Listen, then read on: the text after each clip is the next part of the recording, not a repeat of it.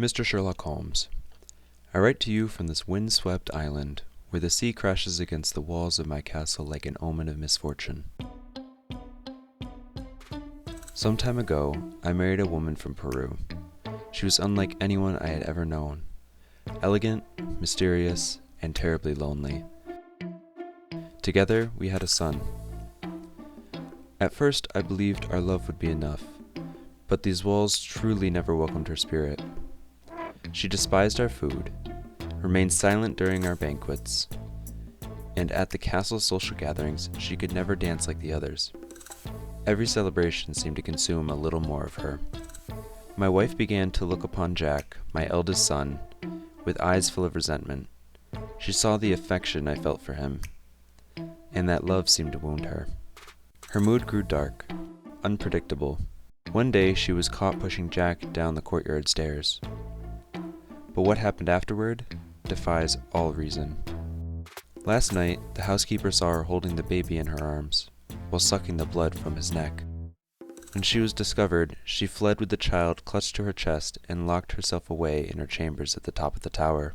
Holmes, I fear my wife is no longer human.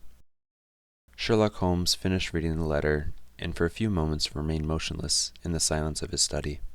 Then he rose. He took the hat hanging by the door and stepped out into the London fog without hesitation. Whenever a mystery sought refuge in the supernatural, Holmes reacted in the same way, with cold clarity, for Sherlock Holmes had never believed in monsters. That night he reached the harbor and boarded an old steam ferry bound for Fergus Island. The fog swallowed everything, and when the castle appeared among the rocks, it seemed to emerge directly from the darkness. Fergus was waiting on the shore. His face was worn by exhaustion. Holmes greeted him briefly, and together they entered the castle. Neither of them noticed that from one of the tower windows above, a dark figure was watching their arrival. They entered the great hall. Fergus recounted the history of the castle, the generations who had lived within the walls. As the man spoke, Holmes' attention drifted elsewhere. Mounted on the wall hung a collection of strange weapons from Peru: spears, slings, and a blowgun. Fergus explained that they belonged to his wife. Holmes had barely stepped closer when a sudden bark shattered the silence. A small dog trotted into the hall.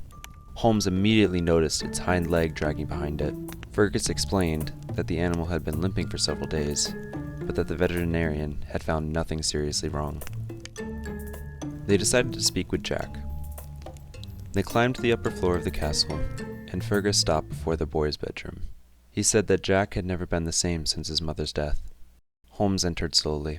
He asked how he was finding life in the castle, whether he was happy, whether he liked Fergus's new wife, what he thought of the baby. That was when Jack's expression changed. Something other than sadness appeared in his eyes, a shadow.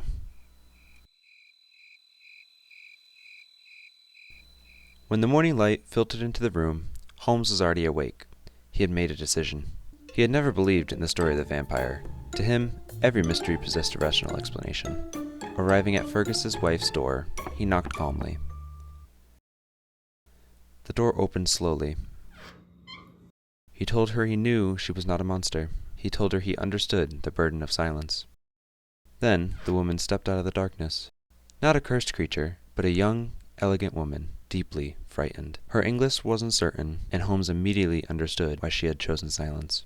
She feared making the situation worse.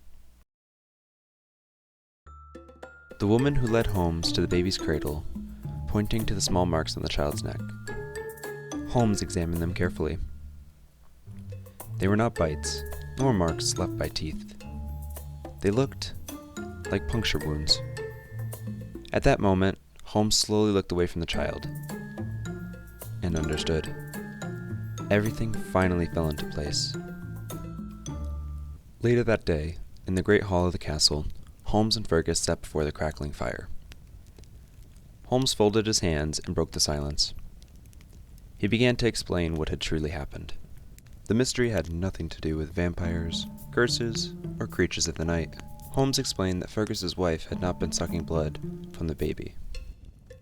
She had been trying to draw poison from the wound in his neck and spit it out. An ancient remedy, perhaps perhaps imperfect, but born from a mother's love and a fear of losing her child. It was then that Holmes mentioned the Peruvian blowgun that he had noticed hanging in the Great Hall, an object that appeared merely decorative, yet light enough to be used by anyone. Before using it, however, someone would have needed to test whether the poison in its darts was still effective. That's why the dog had been struck and why it had begun to limp ever since. It had been Jack, blinded by jealousy of his newborn baby brother, and by the fear of being replaced in his father's affection. And once the boy had convinced himself that the poison still worked, he turned the blowgun upon the baby. It was then that Fergus's wife witnessed the attack. That was why she had been pushing Jack. That was why she continually tried to keep him away from the cradle. Fearing that no one would believe her, and unable to explain herself clearly, she chose silence. Only an innocent woman, judged far too quickly, and a boy who feared that his father's love now belonged to someone else. A few days later, Sherlock Holmes boarded the ferry bound for the mainland. As the castle slowly disappeared beyond the horizon, the sea erased the last traces of the mystery. Once again, reason had dispelled the shadows, and once again, the truth had proved to be very different from the legend.